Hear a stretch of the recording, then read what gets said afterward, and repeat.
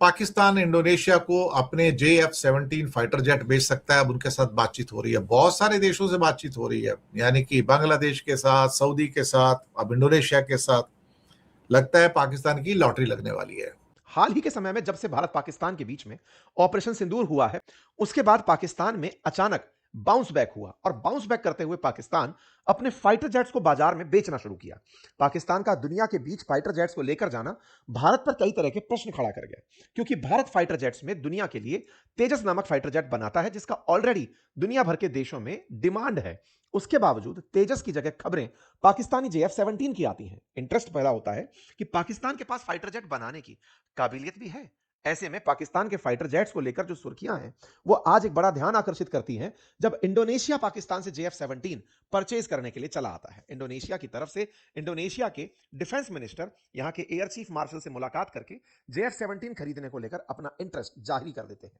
साथियों, पाकिस्तान लगातार इन दिनों अपने फाइटर जेट्स बेचने निकला हुआ है। आज से लगभग 2 हफ्ते पहले ही मैंने लीबिया के साथ हुई इनकी एक डिफेंस डील के बारे में आप लोगों को बताया था, जिसमें पाकिस्तान की अब तक सबसे बड़ी डिफेंस डील जिसे कंसीडर किया गया। पाकिस्तान $4 बिलियन में लीबिया को अपना JF-17 फाइटर जेट बेच रहा है। यह खबर पाकिस्तान से जुड़ी खबर थी, रॉयटर्स ने इसे कवर किया था। इसके बाद खबर बनती है कि पाकिस्तान JF-17 फाइटर जेट को बांग्लादेश को बेच रहा है। फिर खबर बनती है कि यह $1.5 बिलियन में JF-17 को सूडान को बेच रहा है। आज एक्सक्लूसिव खबर बनती है कि पाकिस्तान JF-17 को इंडोनेशिया को बेच रहा है। इंडोनेशिया के साथ पाकिस्तान का यह डील ऐसे समय पर होना जिस समय पर इंडोनेशिया ऑलरेडी भारत के तेजस में इंटरेस्ट जाहिर कर रहा था, उस समय पर इंडोनेशिया पाकिस्तान के पास पहुंचता है और उनसे डिफेंस डील करता है। यह भारत पर एक बड़ा सवाल खड़ा करता है, कई तरह के सवाल। क्या हमारा तेजस इनकॉम्पिटेंट है? क्या तेजस को खरीदने वाले लोग अब पाकिस्तान से विमान खरीद रहे हैं? क्या भारत ने फाइटर जेट्स में लड़ाई हार ली है? क्या फाइटर जेट्स पाकिस्तान के पास उच्च श्रेणी के हैं? क्या भारत के फाइटर जेट्स को पाकिस्तान ने ऑपरेशन सिंदूर में जिस तरह से नुकसान पहुंचाने की खबर बाजार में फैलाई, क्या दुनिया उस खबर को मान गई? भाई इसे कहते हैं लेने के देने पड़ जाना। याद है आपको 7 मई की वो रात कि जब भारत पाकिस्तान की चंद अवामी इमारात पर बम गिराकर खुद को विश्वा गुरु, विश्वा विजेता, रुस्तमे जमा और न जाने क्या क्या जाहिर कर रहा था। भारतीय मीडिया में वो क्लिप्स चला चलाकर पाकिस्तान को लहूलुहान कर देने और इसको इसकी औकात दिखाने के दावे किए जा रहे थे। लेकिन किसे पता था कि पाकिस्तान में मुर्गी चुराने गया भारत अपनी लुंगी पाकिस्तान में ही छोड़ आया है। मट्टी पत्थर की चंद इमारत को तबाह करके खुशियां मनाने वाला भारत, जिनकी लागत चंद लाख रुपए तक होगी, अपने हजारों करोड़ के फाइटर जेट्स और अपनी इज्जत व आबरू भी पाकिस्तान में गवा आया था।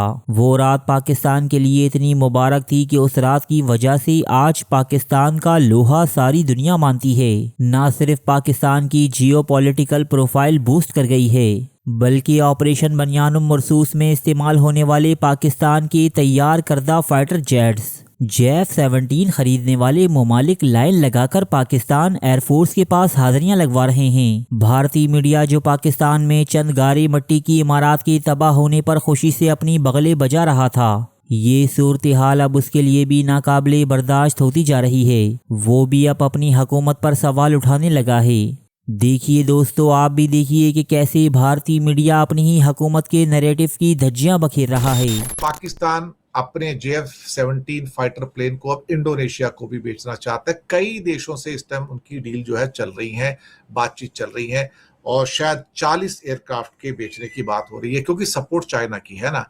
तो पाकिस्तान अब कई देशों को अपना हल्का फाइटर जेट बेचने में लगा है और अगर इसको वो कामयाब होता है तो उनको अच्छे खासे पैसे वगैरह भी मिल जाएंगे। बांग्लादेश के साथ बातचीत है, सऊदी के साथ बातचीत है और कई और देश हैं जहां पर JF-17 को बेचने की उनकी बातचीत चल रही है। और ये 40 JF-17 की डील हो सकती है इंडोनेशिया के साथ में, और इंडोनेशिया है पाकिस्तान के किसी ड्रोन में भी दिलचस्पी दिखा रहा है।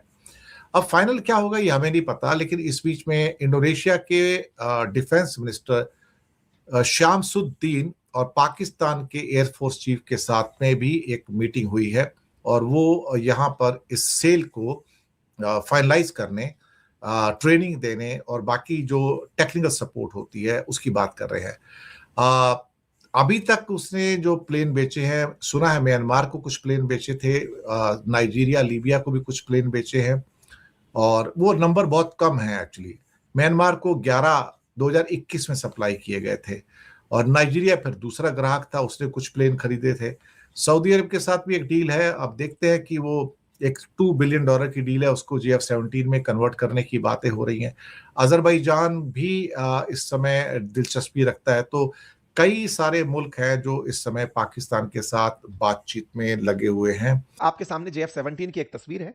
JF-17 25 से $30 मिलियन में मिलने वाला एक फाइटर जेट है, जिसकी अधिकतम स्पीड 1.6 मैक है। ये 13,500 किलोग्राम वजन के साथ उड़ सकता है। इसके बारे में कहा जाता है कि दुनिया के पाकिस्तान के अलावा म्यांमार, अजरबैजान और नाइजीरिया जो देश हैं वो भी इस फाइटर जेट को रखते हैं। इस फाइटर जेट्स को एयर टू सी मिसाइल दागने के लिए, लेजर गाइडेड वेपन्स के लिए, रनवे पेनिट्रेशन बॉम्ब्स फेंकने के लिए और डबल बैरल्ड गन यूज करने के लिए यूज में लिया जाता है। JF-17 को किस तरह बनाया गया, पहले मैं इसके बारे में भी आपको जान दूं। भारत के अंदर जिस तरह से तेजस को HAL द्वारा बनाया जाता है, ऐसे ही पाकिस्तान में Pakistan aeronautical complex that is PAC, China की Chengdu aircraft care corporation CAC के साथ मिलकर इसे बनाता है। चाइना पाकिस्तान ने सन मतलब 1919 के दशक में, 1990 के दशक में मिलकर के ये एग्रीमेंट किया कि वो एक फाइटर जेट का निर्माण करेंगे। ऐसे में दोनों के बीच की एक दूसरे के साथ मित्रताएं बढ़ती गई। शुरुआती 2000 के दशक में इन्होंने फाइटर जेट बनाना शुरू किया। PAC जो कि कामरा में स्थित है, पाकिस्तान के पंजाब प्रोविंस में, इस्लामाबाद से मात्र 80 किलोमीटर की दूरी पर है, वहां इन्होंने अपने काम को स्प्लिट कर लिया। आज जो ये JF-17 फाइटर जेट है, इसका 58% हिस्सा पाकिस्तान द्वारा बनाया जाता है और इसका 42% हिस्सा चाइना द्वारा निर्मित किया जाता है। पाकिस्तान और चाइना ने काम विभाजित किए हुए हैं, जैसे फ्रंट फ्यूलेज और वर्टिकल टेल जहां एक और पाकिस्तान में बनती है, मतलब पाकिस्तान में जहां फ्रंट फ्यूलेज और वर्टिकल टेल बनती है, चाइना के अंदर मिडिल और रियर फ्यूलेज इस प्लेन की बनाई जाती है। चाइना के अंदर, रशिया का इसके अंदर इंजन यूज किया जाता है और ब्रिटिश के द्वारा, ब्रिटिशर्स मैन्युफैक्चरर्स के द्वारा, जैसे मार्टिन बेकर, उनकी सीट जिसके जिसके साथ में इजेक्ट बहुत आसानी से किया जा सकता है, वो सीट इसके अंदर लगी हुई है। रशियन इंजन है, फ्रंट फ्यूलेज खुद बना रहे हैं, टेल खुद बना रहे हैं, मिडिल हिस्सा चाइना वाले बना रहे हैं। असेंबल कुल मिलाकर ये पूरी तरह पाकिस्तान में होता है। पाकिस्तान में असेंबल हुआ ये फाइटर जेट पाकिस्तान में 2009 के अंदर सेवा देना शुरू किया। इसका ब्लॉक 3 नामक जो वेरिएंट है, जो सबसे एडवांस बताया जाता है पाकिस्तान के JF-17 का, वो 2020 के अंदर बनकर तैयार हुआ। पाकिस्तान अपने पुराने हो रहे फ्लीट को इसी JF-17 से, बिल्कुल वैसे ही जैसे हमने मिग को रिप्लेस करने के लिए तेजस को अपनाया, ऐसे ये 150 कॉम्बैट जेट्स को तैयार कर रहे हैं इस JF-17 से रिप्लेस करने के लिए। और इसी JF-17 को अब ये दुनिया भर को बेच रहे हैं। बेचने की खबर लेकिन जो सबसे ज्यादा निकल कर आना शुरू हुई, वो ऑपरेशन सिंदूर के बाद हुई। इसीलिए एक बड़ा सवाल यह बनता है कि पाकिस्तान का इंटरनेशनल एक्सेप्टेंस इतना कैसे बढ़ा, या फिर फाइटर जेट्स के मामले में पाकिस्तान अल्टीमेटली दुनिया को क्या यह कहने में कामयाब रहा कि जो भारत के जो हमने फाइटर जेट गिराए थे, वो हमारे JF-17 ने गिराए थे। क्योंकि दुनिया में जिस तरह की मांग JF-17 को लेकर दिख रही है, फिर चाहे बांग्लादेश हो, लीबिया हो, सूडान हो, सऊदी हो और अब इंडोनेशिया हो, ये सब एक बड़ा प्रश्न खड़ा करते हैं कि भारत कहीं इस पूरी कहानी में अपनी कूटनीति में तो विफलता की तरफ नहीं देख रहा है। क्या दुनिया को अपनी बात बताने में हम अमेरिका के द्वारा फैलाए और चीनी प्रोपेगेंडा में फंस तो नहीं गए हैं? आइए इस बात को थोड़ा और गहराई से समझते हैं।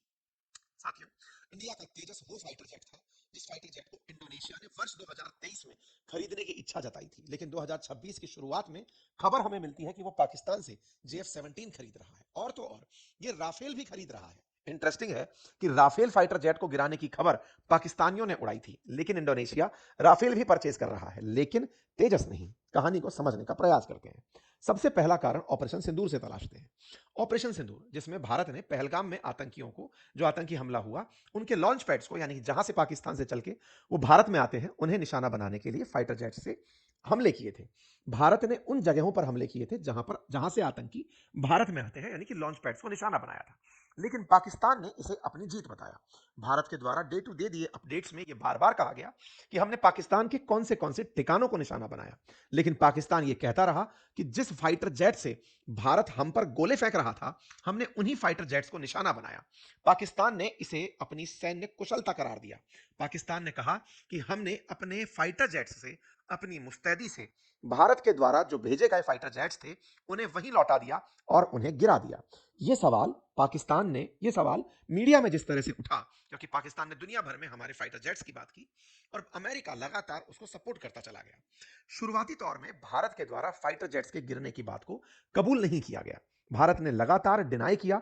जब भी हमारे फाइटर जेट्स की गिरने की खबरें आई, हम हर बार यही कहते रहे कि ये फर्जी खबर है, इनका कोई औचित्य नहीं है। बकायदा पाकिस्तान जब हमारे फाइटर जेट्स गिरने की खबरें प्रकाशित भी कर रहा था, तो पीआईबी लगातार फैक्ट चेक करके उन तस्वीरों को पुराना बता रहा था। अंतर्राष्ट्रीय मीडिया लेकिन उसी समय पर खबरें डाल रहा था कि पाकिस्तान ने भारत के 5 फाइटर जेट मार गिराए हैं। पाकिस्तान लगातार दुनिया के देशों को अपनी काबिलियत गिना रहा था। पाकिस्तान के प्रधानमंत्री देश को संबोधित करते हुए कह रहे थे कि हम युद्ध जीत गए हैं, हमने भारत के फाइटर जेट्स मार गिराए हैं। हमारे सेना के जवानों ने, फाइटर जेट्स ने, हमारे जो वायुसेना के जवान हैं, उन्होंने भारत के फाइटर जेट्स को मार गिराया है। इन्होंने बकायदा राष्ट्र को इसी बात पर संबोधित किया। वहीं दूसरी ओर भारत के द्वारा दी जा रही तमाम प्रेस कॉन्फ्रेंसेस में इस सवाल को इग्नोर किया गया। जब जब उनसे पूछा गया कि क्या भारत के फाइटर जेट गिरे, तो हमारे स्पोक्स पर्सन ने हर बार एक ही लाइन बोली कि जरूरी ये नहीं कि हमारा क्या नुकसान हुआ, हमारे सभी पायलट्स सुरक्षित हैं। हमने फाइटर जेट्स गिरे ये बात कहीं ना कहीं स्वीकारी भी, लेकिन नंबर बताने से हमेशा गुरेज किया। हम अपन ने जो टारगेट हिट किए, पाकिस्तान में जहां जहां हमने निशाने बनाए, उनको तो बार बार बोलते गए, लेकिन हम ये कभी भी एक्सेप्ट नहीं किए कि हमारे फाइटर जेट कितने गिरे। जब भी पूछा गया तो बात निकल कर आई कि हमने कुछ पाकिस्तानी फाइटर जेट मार गिराए, जबकि पाकिस्तान भारत के बारे में लगातार कहता रहा कि हमने भारत के इतने फाइटर जेट मार गिराए हैं। लगातार भारत के द्वारा जिन जगहों को टारगेट बनाया गया, ये खबर में लाने का प्रयास रहा, लेकिन भारत के द्वारा खबर रही कि हमारे सभी पायलट्स अपने घर सुरक्षित वापस आ गए। हमने इस शब्द को कि क्या हमारे विमानों को नुकसान हुआ, इसे बहुत ही सेलेक्टिवली इग्नोर किया, लेकिन यह इग्नोरेंस ज्यादा दिन तक नहीं चला। मई की शुरुआत में हुई यह घटना 31 मई को दुनिया के सामने उस समय खुलकर चली आई, जब हमारे सेना के जो चीफ हैं, उन्होंने ब्लूमबर्ग को दिए एक इंटरव्यू में इस सवाल का इस तरह खंडन किया कि बस यही नहीं पता चला कि नंबर कितना है, लेकिन यह जरूर पता चला कि भारत के फाइटर जेट गिरे हैं। ब्लूमबर्ग के दिए इंटरव्यू में जब इनसे सवाल पूछा गया कि क्या भारत के फाइटर जेट गिरे, तो आप कहते हुए सुनाई दिए कि देखिए, हमने अपनी गलती से सीखा, बेहतर यह है कि गलती से सीखकर आप कैसे रिएक्ट करते हैं।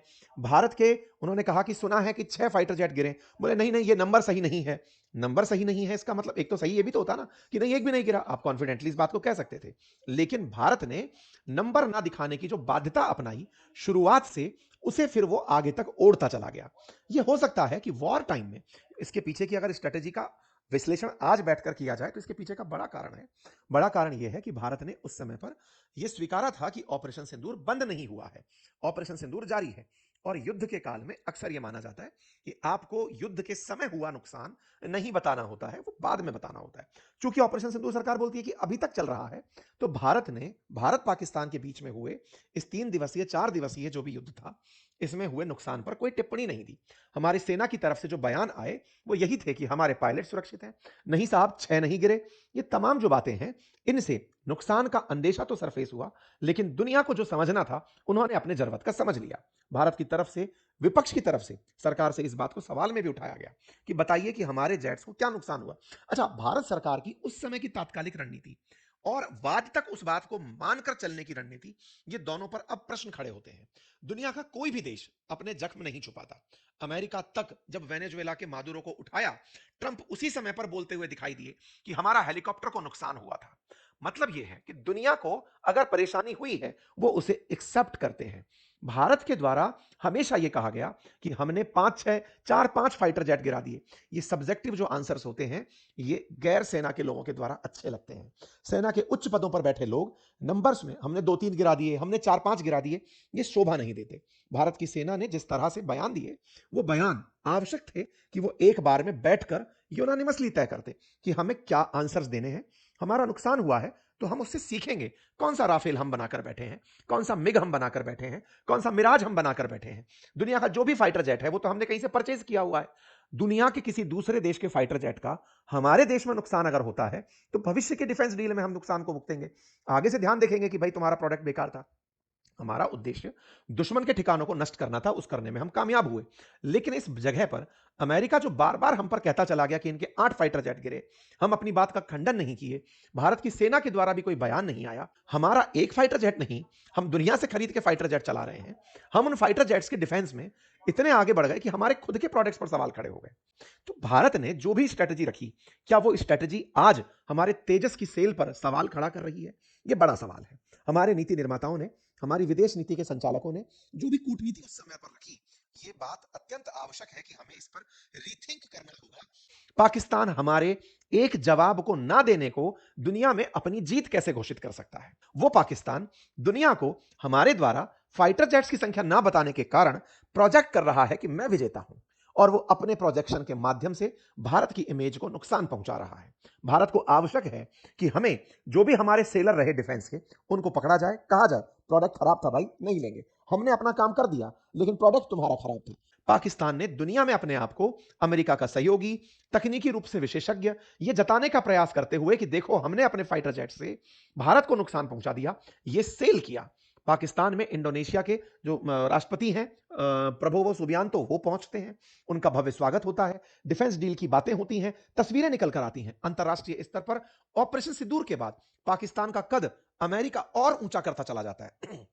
दुनिया अमेरिका द्वारा मिली इनकी इज्जत को देखकर इनके और प्रभाव में आती है कि जब अमेरिका इतनी इज्जत इन्हें दे रहा है तो सऊदी साथ चला आता है, तुर्की साथ चला आता है, लीबिया, सूडान, इंडोनेशिया, कि चलो भाई इनके साथ में हम डिफेंस पैक्ट कर सकते हैं। ऑपरेशन सिंदूर पाकिस्तान के लिए वरदान सिद्ध हो रहा है। पाकिस्तान उसे इस तरह से समझ रहा है कि हमारे पास में भारत द्वारा एक्सेप्ट ना किया जाना हमारी विन है। भारत ने फाइटर जेट्स की संख्या को इसलिए क्लेम नहीं किया। देखिए बड़ा इंटरेस्टिंग है, फाइटर जेट्स नहीं गिरे ये हमने नहीं बोला, हमारे डिफेंस चीफ कहते हैं कि 6 नंबर गलत बोल रहे हो। हमारी तरफ से प्रवक्ता बोलते हैं कि ये अभी आंसर देने वाली बात नहीं है, हमारे पायलट सुरक्षित आ गए।